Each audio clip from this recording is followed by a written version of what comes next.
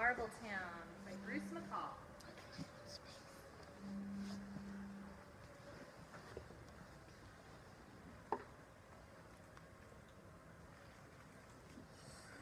Sky skiing, the very idea, would buckle the knees of most people.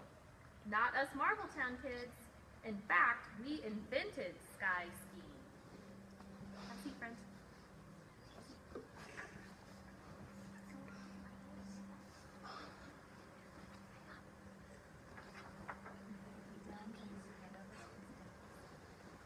We were born to brainstorm in a city created by inventors.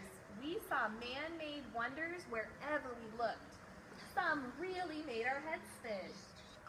From rocket jumping by moonlight to fishing from a mile-high tower, Marveltown kids thought fun without a challenge was no fun at all.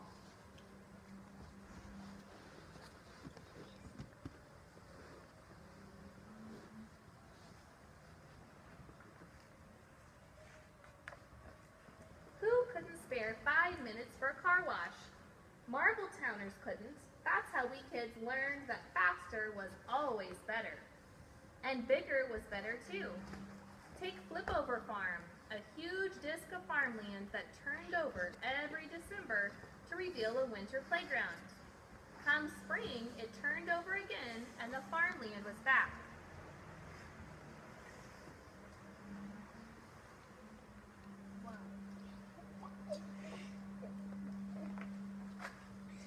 The incredible new Skyway was held up by invisible ion rays. No one had tried such a project before, so at first, construction was slow and costly. Couldn't all those big Marveltown brains find a better way? Is that the road? Yeah.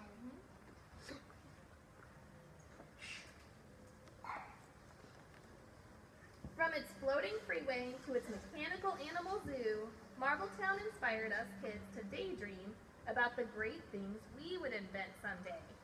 And we'd jump at any chance to try making our daydreams come true.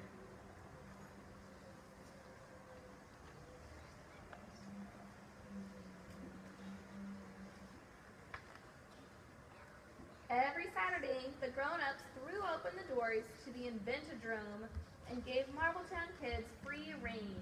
We would scour the storage center for supplies. It was an inventor's paradise. The rocket chair was my idea.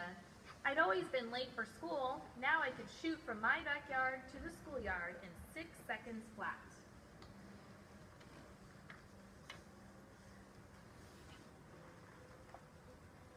That's Babette launching her invention, the world's largest flying model, big as a barn but light as a feather. The strange thing in the distance is the human machine gun, my pal Kurt's idea. It could fire 60 kids a minute into the air, at least in theory. Kurt never did find 60 volunteers. What could the teacher do?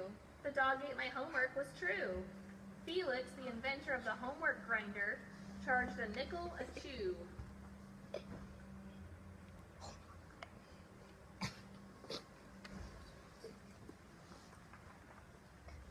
Willard's mom was so dazed by his hypno goggles, he could get away with anything.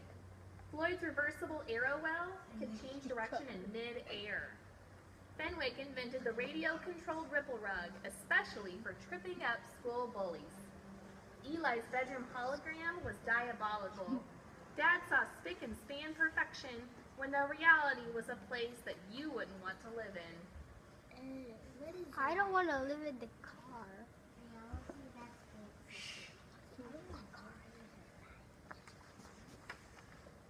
When Marveltown kids were inventing away, so were our parents, and soon they cracked the Skyway problem. The airborne road could be speedily built using giant electro-hydraulic robots. First robots were frankly duds, stumbling and fumbling and knocking things down and just making shambles of whatever they touched. But the fixes came quick, and eventually the adults came up with robots for every chore, lifting, welding, paving, even going for coffee. The Skyway project was rolling at last.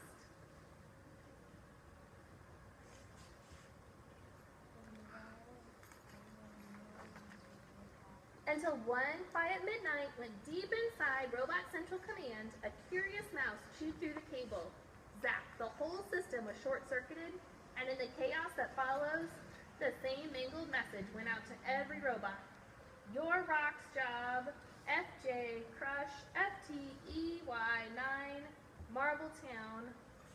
Dawn's first light revealed an army of colossal mechanical morons marching toward Marveltown. As the menacing monsters approached, Marveltowners panicked. Run for your lives, we're all doomed.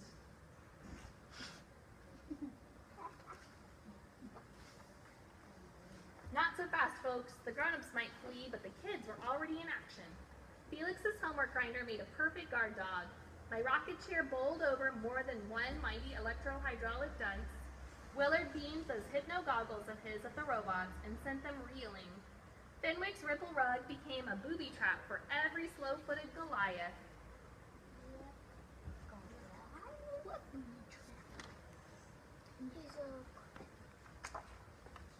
The kids of Marveltown taught those 10-suited knuckleheads a lesson. Everywhere, Super Sly Kid power was clobbering brute robot power.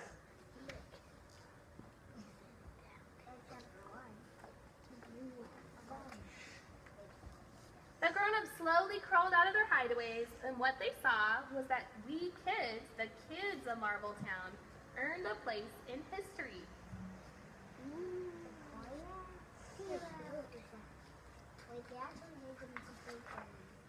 The attack doomed the Skyway. Nobody trusted robots anymore, and no robots meant no Skyway. But we kids had proven ourselves, and as inventors, we were just getting started. Who knew what big brainstorms were next?